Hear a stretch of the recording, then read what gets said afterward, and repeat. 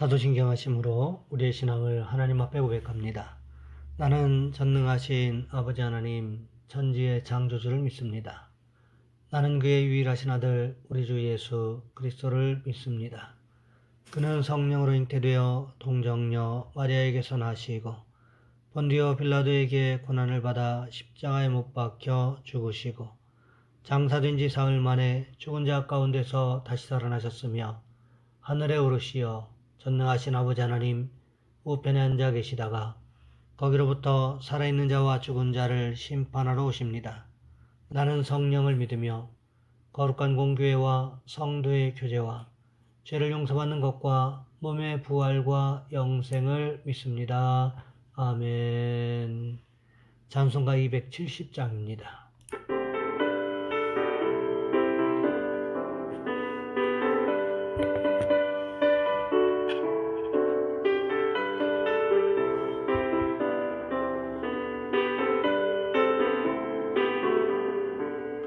편찮는 주님의 사랑과 거룩한 보혈의 공로를 우리 다 찬양을 합시다. 주님을 만나볼 때까지 예수는 우리를 깨끗게 하시는 주시니 그의 피 우리를 눈보다 더이게 하셨네. 우리를 깨끗게 한 피는 무궁한 생명의 물일세. 생명의 구원을 받은 자 하나님 찬양을 합시다. 예수는 우리를 깨끗게 하시는 주시니 그의 피 우리를 눈보다 더이게 하셨네.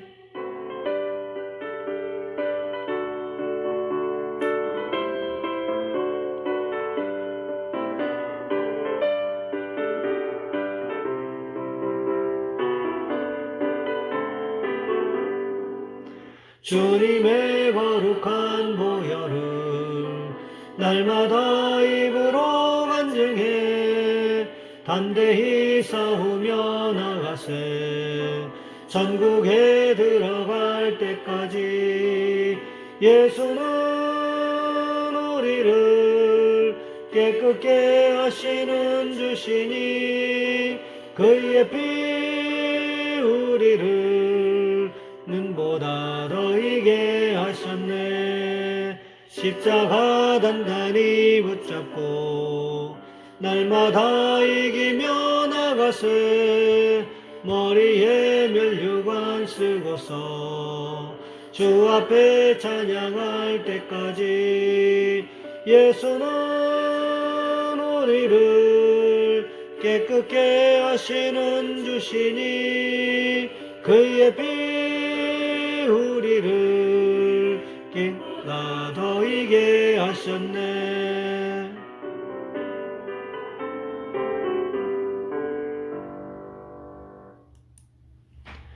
오늘 말씀 열왕기상 20장에서 보겠습니다.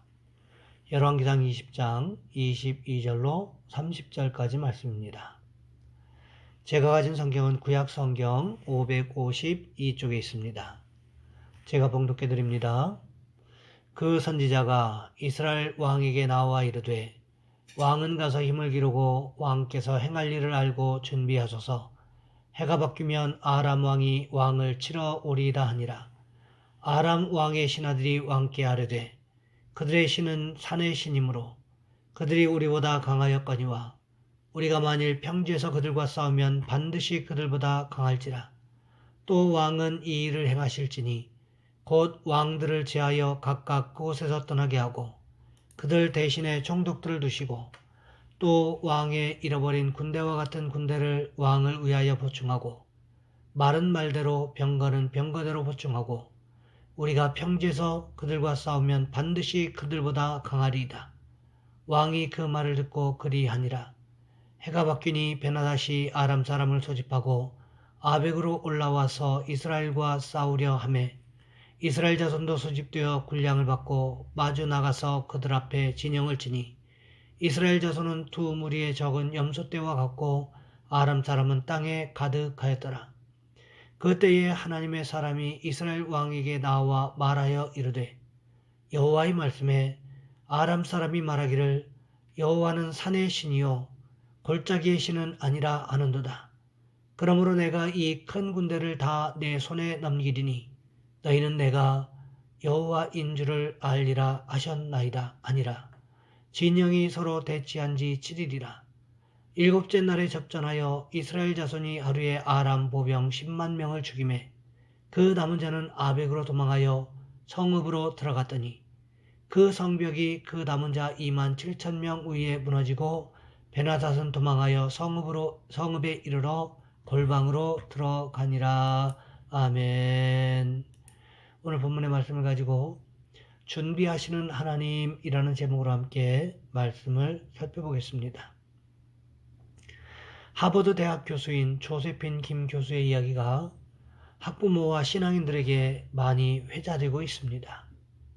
감동적인 것은 하버드 대학 교육학과 교수인 조세핀 김 교수의 삶은 지금은 명예와 유명세가 있지만 어릴 적 삶은 거칠고 어려웠습니다. 개척교회를 하는 부모님 밑에서 너무나 가난했고 보일러가 들어오지 않는 맨바닥에서 자기도 했습니다. 미국에서 유학을 시작할 때에는 영어를 전혀 하지 못해서 미술 빼고 전 과목에서 F학점을 받아서 좌절하기도 합니다. 돈도 없고 영어도 못하는 아이가 조세핀 김 교수였습니다. 하지만 놀랍게도 후일 깨닫지만 하나님이 준비해 두신 은혜가 기다리고 있었습니다.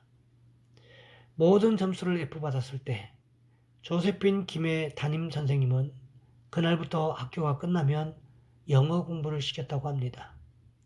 그리고 6개월 만에 영어를 배웠고 수업을 따라가게 되었습니다.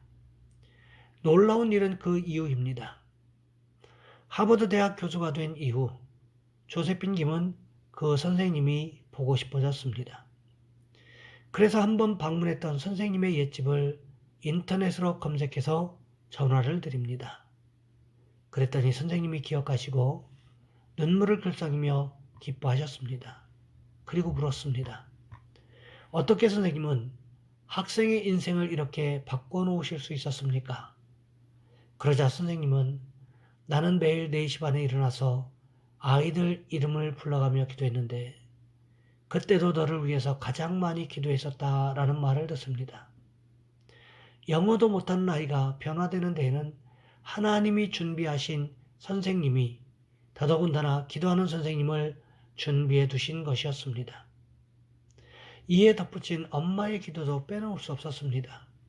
조세핀 김의 어머니는 항상 이렇게 말씀했습니다. 엄마 아빠는 돈이 없어서 도와주지 못한다.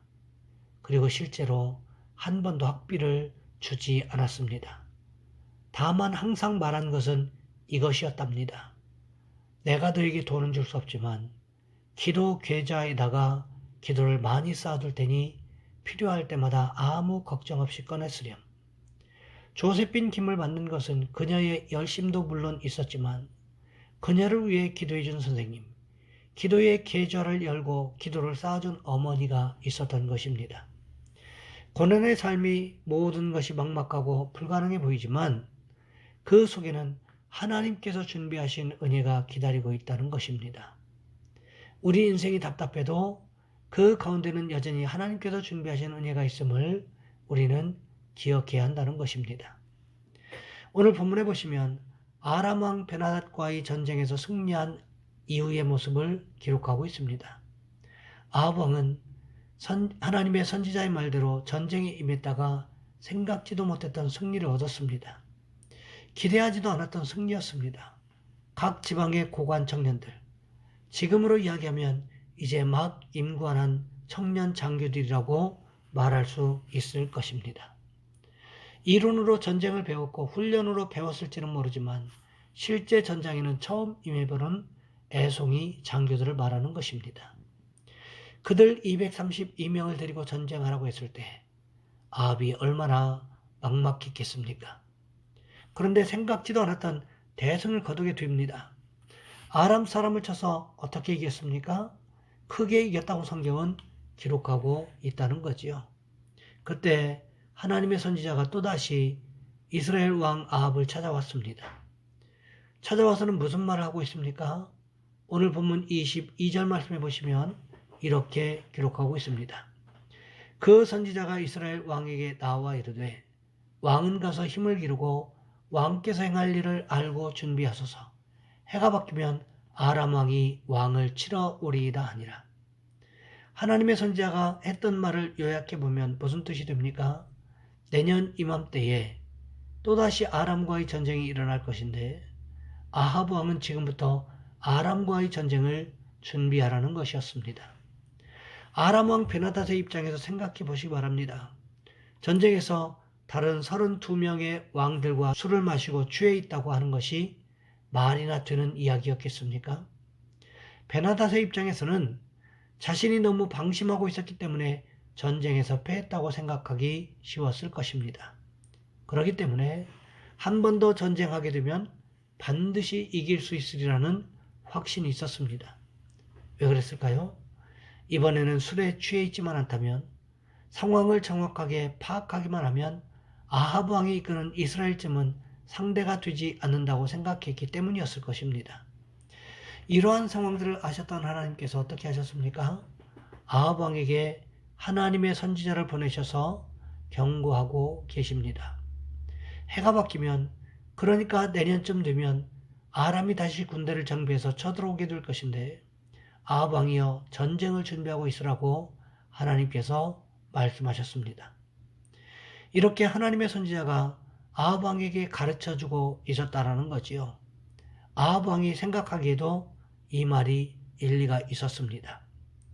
아람이 최대한 잘 준비해서 다음에 쳐들어온다면 자신들이 이길 수 있는 확률이 거의 없음을 아합도 알고 있었다는 것입니다. 그랬기에 아합은 전쟁을 잘 준비하고 있었을 것입니다. 아합 왕만 전쟁을 잘 준비하고 있었을까요? 그렇지는 않았다는 것입니다. 오늘 본문 23절부터 25절까지 말씀해 보시면 이렇게 기록하고 있습니다. 아람 왕의 신하들이 왕께 아뢰되 그들의 신은 산의 신이므로 그들이 우리보다 강하였거니와 우리가 만일 평지에서 그들과 싸우면 그들보다 강할지라. 또 왕은 이 일을 행하실지니 곧 왕들을 제하여 각각 그곳에서 떠나게 하고 그들 대신에 총독들을 두시고 또 왕의 잃어버린 군대와 같은 군대를 왕을 위하여 보충하고 마른 말대로 병거는 병거대로 보충하고 우리가 평지에서 그들과 싸우면 반드시 그들보다 강하리이다.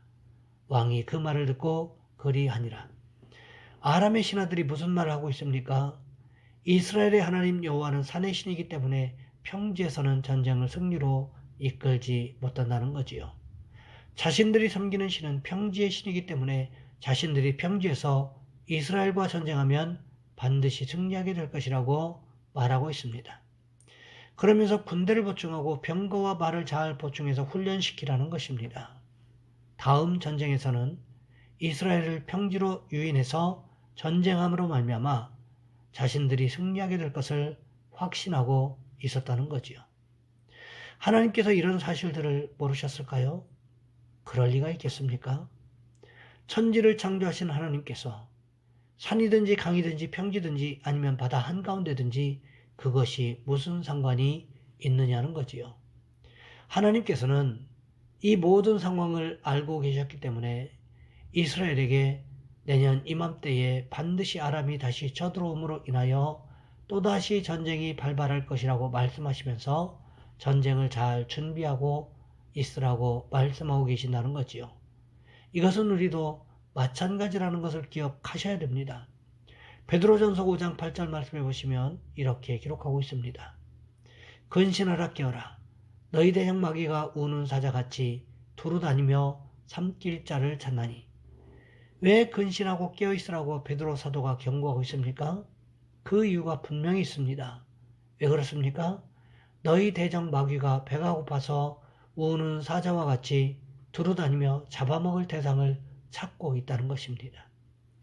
그러기에 이런 영적인 상황 가운데 살아가는 우리도 하나님의 선지자의 말씀을 기억하여 하나님 앞에 기도하면서 악한 것들과의 영적 전쟁을 잘 준비해야 되는 줄 믿습니다.